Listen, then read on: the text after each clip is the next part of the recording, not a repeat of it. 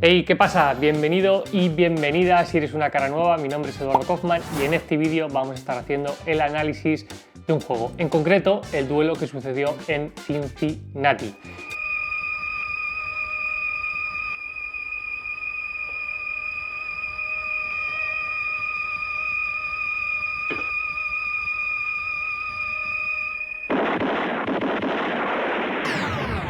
Esto lo hago porque hace poquito hice una pequeña encuesta en la sección de comunidad de YouTube y la gente respondió que estaba muy interesada en teoría. Así que vuestras respuestas son órdenes para mí y vamos a estar analizando este juego. Este lo conocerás por el juego de las 4 cartas iguales, fue muy popular en Nada por Aquí, lo hizo Magomi, que yo tengo por lo menos ese recuerdo de cuando empezaba en la magia y verlo de manera muy intensa. ¿Es para comerme o no es para comerme, niña? Luego también lo leí en el Cartomagia Fundamental, aunque al final terminaba con un viaje a los bolsillos. También está en el Lepol. Vernon hace su versión, así que vamos a comentarlo, no lo vamos a destripar, para eso lo puedes encontrar en cursosdecartomagia.com y con el cupón MAGIA puedes tener un 25% de descuento el primer mes en la suscripción de Robert Houdin, que te da acceso a todo el contenido. Ya os digo, son muchas las versiones que existen, diferentes magos han dado su toque personal, pero si podemos encontrar una primera descripción de este efecto, lo hacemos en un libro que se llama, en castellano se llamaría algo así como Los trucos de los magos, cómo están hechos, de Hayton y Plate. Te dejaré el título en inglés con el autor y demás en la caja de descripción por si te interesa, de 1910. El juego se llamaba Corrigiendo un fallo, porque si ya lo conoces, sabrás que al final del juego parece que el éxito del mago está asegurado hasta que ocurre un fallo y luego hay una corrección de eso y por lo tanto es un buen juego porque podremos ver la dramagia que tiene en función de los dos tipos de efectos que suceden en el mismo. Por si hay alguien que no lo conoce, voy a dejar primero el efecto en sí y luego procedemos a comentarlo. La baraja está ordenada de fábrica, del as al rey de corazones, del as al rey de tréboles, del rey a las de diamantes y del rey a las de picas. Si os fijáis, aquí en medio la ordenación se invierte y esto es como viene de fábrica. ¿El motivo? Ni idea, lo hacen así. Sin embargo, mantener esta ordenación en la baraja para una proeza de habilidad pues, sería poco factible, ¿no? No sería muy creíble porque pues, las cartas al estar, digamos, ordenadas y yo saber el orden, podría fácilmente determinar dónde está cada carta, ¿no? Sin embargo, si yo voy mezclando poquito a poco, como veis, las cartas se entremezclan, esto ya se hace más complicado, ¿no? Si además de esta mezcla yo le doy una segunda más de tipo casino, ahora estas se hacen muy populares con los torneos de póker, se le ve a los croupiers mezclar, y mezclan de esta forma y se les escucha, ¿verdad? Así. Si un espectador tuviese aquí al lado, pues podría cortar y completar el corte tantas veces como quisiera hasta que todos los que estamos en esta sala concluimos que nadie puede saber el orden de las cartas, ni mucho menos saber la de arriba ni la de abajo, ¿no? Con esto vamos a darle un hándicap, vamos a ponerle un pero, que es no solo voy a hacer una proeza de habilidad, sino que además va a ser sobre una carta que nadie conoce. Es decir, toca una carta, la que quieras de la extensión, imaginad que toca esta. Y con esto voy a tratar de localizar el resto de las cartas. Claro, yo podría mirar así fácilmente y determinar cuál es esta carta. Sin embargo, no lo voy a hacer, no es algo tan fácil. Voy a hacer algo más, ¿no? Que no es solo determinar la carta. Voy a tratar de encontrar las 3 cartas homónimas o las 3 cartas iguales que junto con esta conforman un póker. Para ello, una mezcla. Y me dio tiempo a ver, creo, un 3. No vale solo con uno, corto por aquí. Y aquí he notado algo, yo creo que quizá me voy acercando, mira, diamantes, otro 3 y me faltaría un último, corto por aquí, repito, baraja mezclada, cortada, una carta elegida y al final aquí abajo, tréboles, 3 de tréboles, aquí estaría por supuesto, el último. Si es así, un fuerte aplauso y aquí termina mi proeza. Veo silencio. 4 por 1. No puede ser todo siempre perfecto, ¿no? Bueno, si transformo el 4 en el último de los 3, estaría bien, ¿no?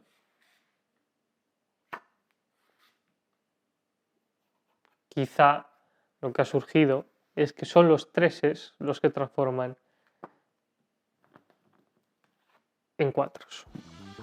Como habéis visto, es un pepinazo de juego, se puede hacer con baraja nueva, aunque tampoco creo que sea uno de los mayores aportes. Sin embargo, si nos interesa quizá empezar una sesión de magia desprecintando una baraja, hablando de los comodines, de las cartas de publicidad, de las particularidades que tiene la baraja, ya sabéis, los 4 palos, las 4 estaciones, etcétera, y de ahí partir a este juego, sería un buen juego de entrada. Lo que más puede llamar la atención son las 2 fases que existen, las 2 partes que existen y los respectivos efectos. Por un lado tenemos un efecto de localización que genera un suspense y por otro lado tenemos un efecto de transformación que genera una sorpresa. Y esto es muy interesante para estudiar la dramagia que tiene y lo vamos a ir viendo en profundidad paso a paso. Empecemos el análisis desde la fase expositiva. La fase expositiva ya sabéis que es ese plazo de ese periodo de tiempo en el cual presentamos los objetos. Si viniésemos quizá de algún juego anterior o estuviésemos presentándonos todavía nosotros mismos o no le diésemos demasiada importancia a la baraja, podríamos trabajarlo en una fase previa que Ascanio llamaba trabajar antes de empezar. Es decir, antes de que el espectador sepa que estamos ya metiéndonos en faena en el propio juego, podemos hacer esa ordenación o prepararla.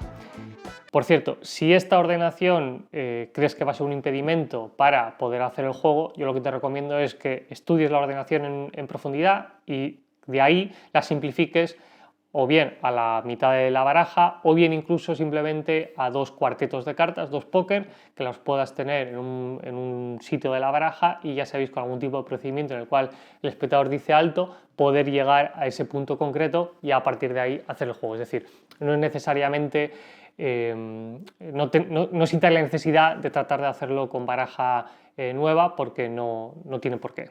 En el caso que te presento, saco la baraja, hablo de esas particularidades que tiene, la muestro que está ordenada del as al rey, que ahí cambia la ordenación, los palos se ven ordenados, entonces estamos ya metiéndonos en faena. Eso ya sería una fase expositiva en la cual estoy presentando el objeto y estoy demostrando que está ordenada para luego pasar a desordenarla aparentemente para el espectador. ¿Qué es lo que ocurre ahí? Si os fijáis, como hay 3 mezclas que hacer, que se pueden incluso atascar en cierto momento por el estado de la baraja, por los nervios, por la humedad de las manos, por lo que fuere, yo empiezo a hablar acerca de, bueno, pues sería una tontería que se pudiese hacer magia con esta baraja porque, claro, estar ordenada sería muy fácil, ¿no? Podemos hablar de eso, que es una charla un poco más descriptiva, o podemos ya entrar en faena, contar una historia, lo que a cada uno de nosotros nos pueda interesar en un momento dado. Sin embargo, hablo y empiezo a hacer la mezcla antes de poner atención propiamente a la mezcla. Si os fijáis, cuando ya pongo atención a la mezcla es cuando estoy ya terminando la segunda mezcla, esa mezcla perfecta que extiendo en mesa, y ahí ya sí que estoy diciendo, fíjate, que estoy mezclando para poner la atención y sobre todo porque si tuviese un espectador podría hacer este detalle de Juan en el cual tú imbricas las cartas, las extiendes, pero él mismo termina de juntarlas, lo cual nos puede servir luego, antes de concluir el efecto, para hacer un falso recuerdo y decir al espectador que él mismo mezcló, porque después de esta tercera mezcla que viene a continuación se puede darle la baraja a cortar. Y esto, que es realmente un gran beneficio que tiene esta versión de Vernon, hay que sacarle todo el partido posible. Es decir, ya que la baraja puede ser cortada y recortada muchísimas veces y que no importa tanto como esté ordenada, hay que darle ese valor y tratar de enfatizarlo lo máximo posible, pidiendo al espectador que las 2 veces termine de mezclar y que termine de cortar para que la ordenación o las mezclas den sensación de aleatoriedad. Una vez que tenemos nuestra baraja mezclada, pasamos ya a lo que es una situación inicial en el cual ya entramos propiamente en materia del juego.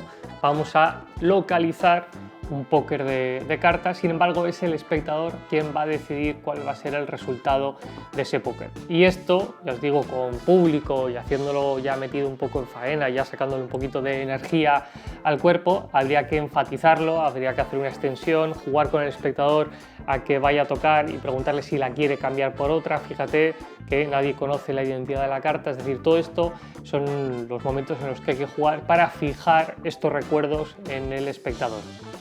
Al igual que tratamos de fijar que el espectador mezcló y que cortó, también hay que fijar esta decisión porque es otra muy importante en la rutina. Ya tenemos dos, ya os digo, tanto la mezcla como el corte, como la elección de esa carta.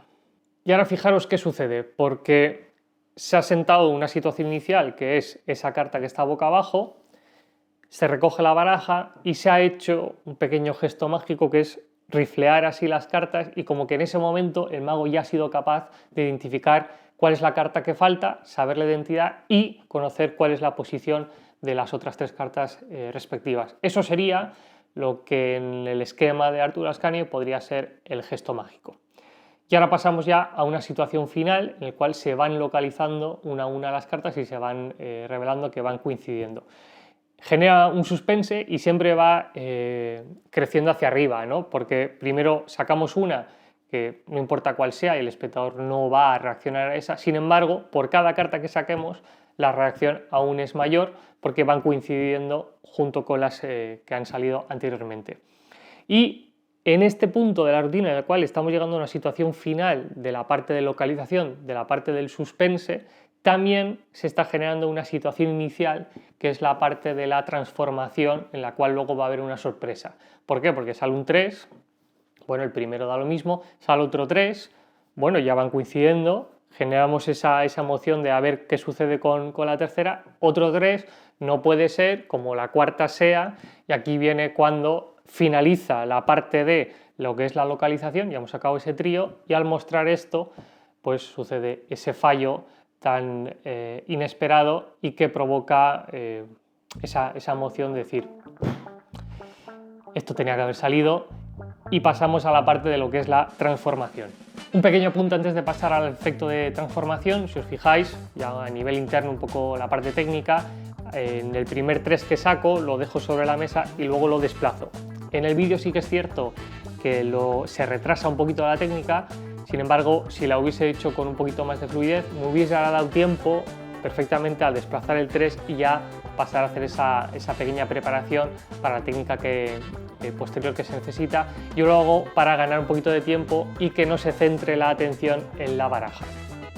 Les digo, es un pequeño apunte para que esa pequeña preparación para revelar la carta pase un poquito más desapercibida, porque muchas veces nos quedamos así haciendo la técnica y se nota un pequeño gesto raro o como que hay un delay entre, bueno, ¿por qué tarda en revelar la carta, ¿no? Y porque estamos trabajando, entonces trato que ese retraso de tiempo se haga con el desplazamiento de esa primera carta de un lado a otro del tapete. Espero que con este lenguaje en el cual contamos y no contamos me haga entender de qué estamos hablando. Entramos en la segunda fase de la rutina y lo bonito es que ya hemos terminado de trabajar, nos hemos pegado una pechá de currar al principio y en toda la fase de la localización. Sin embargo, ya estamos limpios, la baraja está fuera de nuestro alcance, parece que todo el pescado está vendido, parece que no tenemos otra posible solución cuando sucede ese fallo. Y la versión de Leipzig, que a nivel interno puede ser distinta a la de Verno, sin embargo, a lo que es la representación del efecto, me gusta mucho porque esta sensación de que ya no hay forma de retroceder, ya no hay forma de cambiar las cartas, se acentúa mucho más. Él no las deja sobre la mesa, sino que las va dejando caer al suelo. Y lo he comentado en otros vídeos, no sé por qué siento una idea romántica en esa visión de dejar caer las cartas así, ¿no? Como van sucediendo los aciertos, se dejan caer sobre el suelo, crea una distancia. Podríamos pensar que quizá se podría, hasta que se pierda de vista las cartas y el espectador pueda pensar que en algún momento se han podido cambiar en el suelo cuando él no prestaba atención. Sí que es cierto que se puede caer en ese paréntesis anticontraste. Sin embargo, no sé, la belleza de esa imagen de ir dejando caer las cartas y luego como genuflexionarte o radiarte y mostrar que han cambiado, me gusta. Pero hablando de ese efecto con las cartas sobre la mesa, cuando sucede el fallo, claro, aparentemente yo creo que el público lo que va a pensar es que si esta es la carta discordante, esta es la carta que el mago en algún momento va a transformar o algo va a suceder con esta carta, que además presta toda la atención para que coincida con estas tres. Y esto yo no caí, esta forma de presentarlo se la vi a Imanol Ituño, en el cual él cogía la carta, hacía así, pum, y no conseguía transformarla, y contrariamente a lo que él pensaba que iba a suceder, finalmente son las otras tres las que se transforman. Y creo que está bien porque baja las expectativas muchísimo, ¿no? Aquí está el 4, vaya, no es por una, bueno, no pasa nada, quizá si esto lo transformo en el 3 estaría bien, ¿no? Y dice, bueno, va a transformar una carta, entonces hace así, hace así, hace así, no se transforma, también estamos ya bajando todavía más las expectativas. ¿Por qué? Y ahora ya se va viendo que son las otras tres las que se han transformado. Yo os digo que me parece un juego que cuando Juan habla de las diferencias entre las emociones, entre lo que se puede llegar a presentar para el espectador, en este juego se ve claramente cuáles son esas diferencias, y además es que habla de muchos temas. Si os recordáis, hace unas semanas publiqué un juego sobre los efectos clásicos y Juan habla de la simbología, de por qué algunos efectos clásicos permanecen en el tiempo y les gusta tanto al público profano y a nosotros como magos. Y aparte de que obviamente este juego hable de la habilidad o hable de un posible duelo, como presentaba Juan Tamariz, también creo que a nivel simbólico habla de otros temas que están ahí, que no hace falta sacarlos a la luz, y sin embargo yo creo que el público de una manera, digamos, subconsciente lo percibe, ¿no? Como por ejemplo que nada es predecible, es decir, tú vas pensando que todo va bien, todo ordenadito, un 3, un 3, un 3, y de repente, ¡pum!, algo cambia, y encima lo que tú pensabas que iba a cambiar, no, es que cambia el resto, ¿no?